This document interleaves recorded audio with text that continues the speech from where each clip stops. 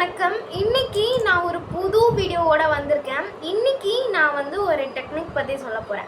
இந்த டெக்னிக் ஒரு என்ன சொல்கிறது, ரொம்ப ஒரு நல்ல டெக்னிக்காக இருக்குது. இந்த டெக்னிக் ஆக்சுவலி சவுத் ஆஃப்ரிக்காவோடைய டெக்னிக்காக இருக்குது.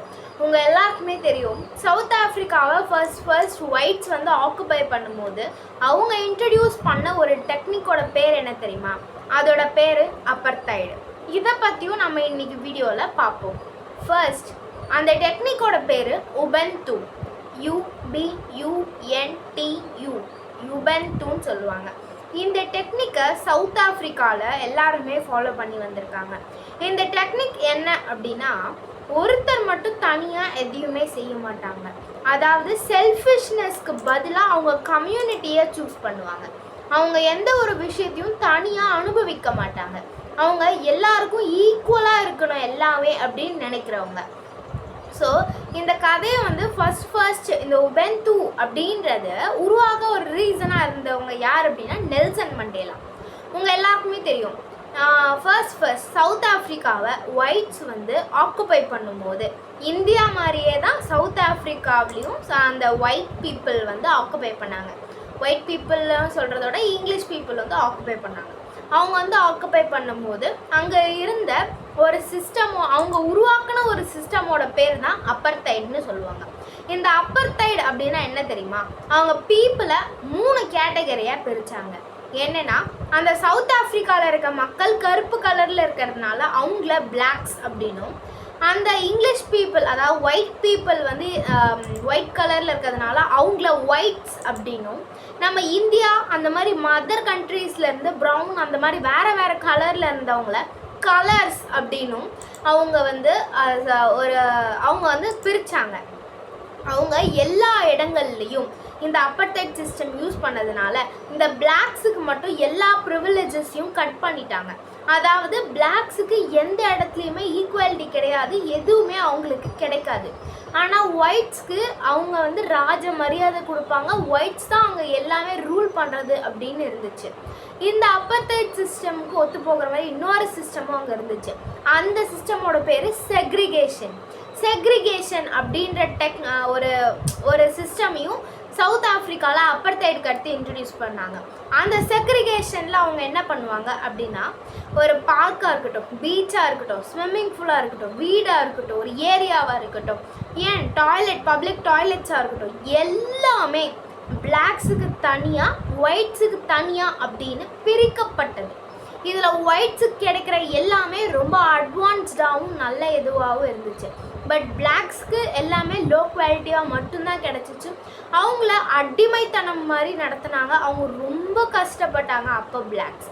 இந்த செக்ரிகேஷன் டெக்னிக்கை கடைசியில் சில ஒயிட் பீப்புளே இந்த பிளாக் பீப்புளுக்கு சப்போர்ட் பண்ணி எல்லாரும் போராடி கடைசியில் 28 வருஷம் கழிச்சு, 28லேருந்து 30 வருஷம்னு நினைக்கிறேன், நிறைய இடத்துல அது ஸ்பெசிஃபிக்காக சொல்ல மாட்டாங்க, நெல்சன் மண்டேலா 28 வருஷம் கழித்து ஜெயிலிருந்து வெளியே வந்த உடனே அவங்க சவுத் ஆஃப்ரிக்காவுடைய நேஷ்னல் ஃப்ளாகை ஏற்றி அவங்களுக்கு இண்டிபெண்டன்ஸ் ஒரு வழியாக போராட்டங்கள் கழித்து கிடைக்குது. என்னென்னா, நம்ம இந்தியாவுக்கு கூட தான் பிரிட்டிஷர்ஸ் வந்தாங்க.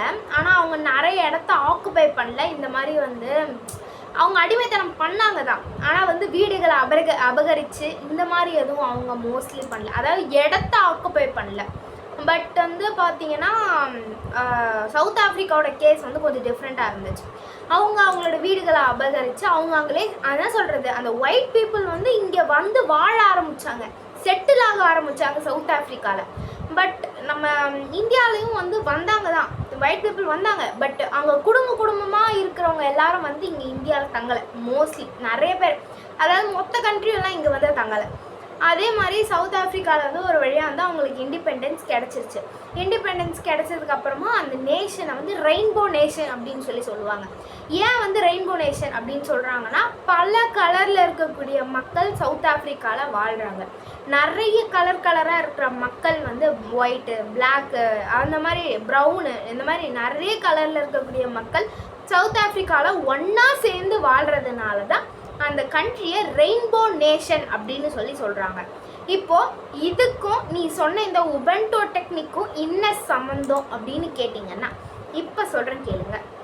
இந்த பிளாக் பீப்புளெலாம் ஒன்றா சேர்ந்து சில என்ன சொல்கிறது அவங்க வந்து எல்லாத்தையும் செயல்பட்டதுனால தான் அவங்களுக்கு இந்த ஃப்ரீடமே கிடச்சிச்சு. இவங்க வந்து இப்போ வந்து இந்த உபென்டோ டெக்னிக் வந்து ஒரு ஸ்டோரி இருக்குது. இந்த உபென்டோ டெக்னிக்கு பின்னாடி ஒரு ஸ்டோரி இருக்குது. அந்த ஸ்டோரி என்ன அப்படின்னா, ஒரு நாள் குருகுலம் சிஸ்டம் இருக்கலாம், ஸ்கூலுக்கெலாம் போவாங்கள்ல அந்த காலத்தில், அந்த மாதிரி நம்ம இந்தியாவில் குருகுலம். ஆனால் வந்து அந்த இடத்துல அவங்க என்ன ஸ்கூலிங் ஃபாலோ பண்ணாங்களோ அது நமக்கு தெரியாது. இப்போ எனக்கு தெரியல ஆக்சுவலி அதை பற்றின இன்ஃபர்மேஷன். பட் அவங்க வந்து ஒரு காம்படிஷன் மாதிரி நடத்தியிருக்காங்க. ஒருத்தர் வந்து என்ன சொல்லியிருக்காங்கன்னா, நிறைய பழங்களை எடுத்துகிட்டு போயிட்டு ஒரு மரத்துக்கு அடியில் அவர் வச்சுருக்காரு. அதே மாதிரி ஒரு 10 பசங்களை லைனாக நிற்க வச்சு இந்த 10 பசங்களில் யார் முதல்ல மரத்துக்கிட்ட போய் ரீச் ஆகுறாங்களோ அவங்களுக்கு தான் அந்த மொத்த பழமும் சொந்தம் அப்படின்னு சொல்கிறாரு அந்த பர்சன்.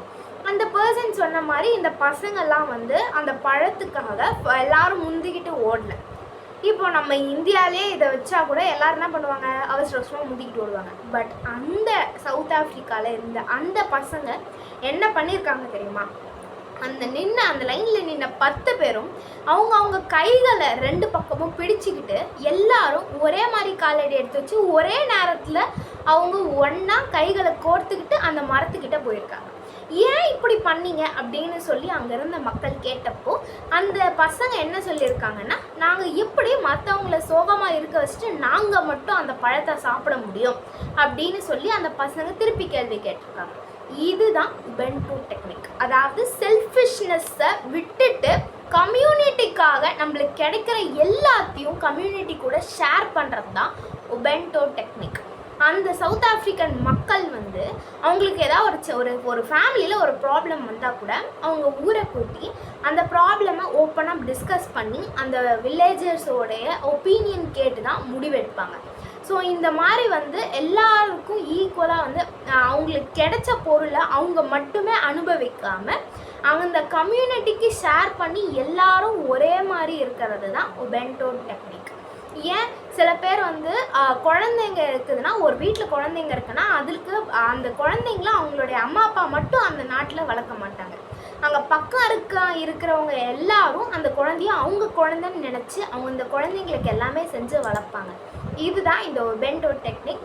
பட் இது வந்து ஆக்சுவலி அந்த ஃப்ரீடம் வாங்கின சீசனில் ரொம்ப ஃபேமஸாக இருந்துச்சு இந்த உபென்டோ டெக்னிக். பட் இப்போ கரண்ட்லி சவுத் ஆஃப்ரிக்காவில் இந்த டெக்னிக் ஃபாலோ பண்ணுறாங்களா அப்படின்றது எனக்கு ஒரு டவுட்டு தான். அது கன்ஃபார்மாக நிறைய இடத்துல சொல்லலை. பட் இந்த மாதிரி ஒரு டெக்னிக் உபென்டோ அப்படின்ற இந்த டெக்னிக் சவுத் ஆஃப்ரிக்காவில் ரொம்ப ஃபேமஸாக ஃபாலோ பண்ணப்பட்ட ஒரு டெக்னிக்காக இருக்குது. ஸோ இந்த டெக்னிக் உண்மையிலே ரொம்ப இன்ஸ்பைரிங்காக இருக்குல்ல. செல்ஃபிஷ்னஸை விட்டுட்டு இந்த கம்யூனிட்டிக்காக எல்லாத்தையும் செய்கிறது அப்படின்றது ஒரு பெரிய தியாகம் அப்படின்னு தான் சொல்லணும். அந்த மாதிரி அதை ஒரு தியாகம்னு கூட நினைக்காம அதை வந்து ரொம்ப ஹாப்பியாக எடுத்துக்கிட்டு செஞ்சாங்க சவுத் ஆஃப்ரிக்கன் மக்கள். அவங்க எல்லாரையும் என்ன சொல்கிறது, all Indians are my brothers and சிஸ்டர்ஸ்னு சொல்கிற மாதிரி சவுத் ஆஃப்ரிக்கன்ஸ் எல்லாருமே வந்து அவங்க எல்லாரையும் வந்து அவங்களுடைய ஃபேமிலியாக நினச்சி எல்லாத்தையும் ஷேர் பண்ணி செஞ்சாங்க. ஸோ இதுதான் இந்த உபென்டோ டெக்னிக்கு பின்னாடி இருக்கிற ஸ்டோரி. இது நான் இன்றைக்கி உங்ககிட்ட சொன்னதில் எனக்கு ரொம்ப சந்தோஷம். இந்த மாதிரி நிறைய டெக்னிக்ஸை உங்கள் லைஃப்பில் இம்ப்ளிமெண்ட் பண்ணி நீங்கள் வந்து கண்டிப்பாக வந்து பெரிய இடத்துக்கு போகணும் அப்படின்றது தான் என்னுடைய ஆசையாக இருக்குது. ஸோ என்னோடய வீடியோ பிடிச்சவங்க லைக் பண்ணுங்கள், ஷேர் பண்ணுங்கள், கமெண்ட் பண்ணுங்கள், சப்ஸ்கிரைப் பண்ணுங்கள். தேங்க்யூ.